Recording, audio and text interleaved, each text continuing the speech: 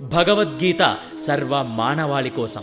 ద్వితీయోऽధ్యాయః అవినాశి తు తద్విద్ధి येन सर्वमिदं ततं వినాశమవ్యయస్యాస్య న కశ్చిత్ కర్తుమర్హతి.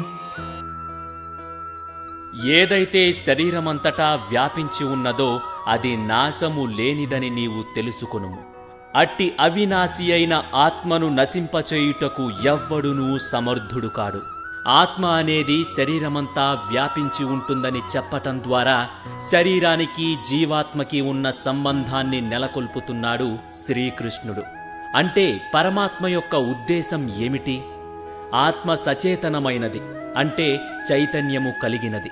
శరీరము జడమైనది అంటే చైతన్యము లోపించినది.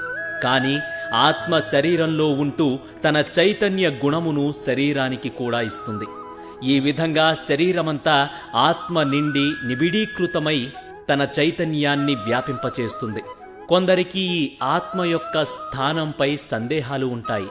ఆత్మ హృదయ స్థానంలో ఉంటుందని వేదాలు పేర్కొంటున్నాయి. హృదిహేష్యా ఆత్మ సవాయేషా ఆత్మ హృది.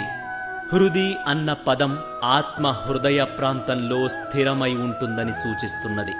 అయినా ఆత్మ యొక్క లక్షణము అయిన చైతన్యము శరీరమంతా వ్యాపిస్తుంది.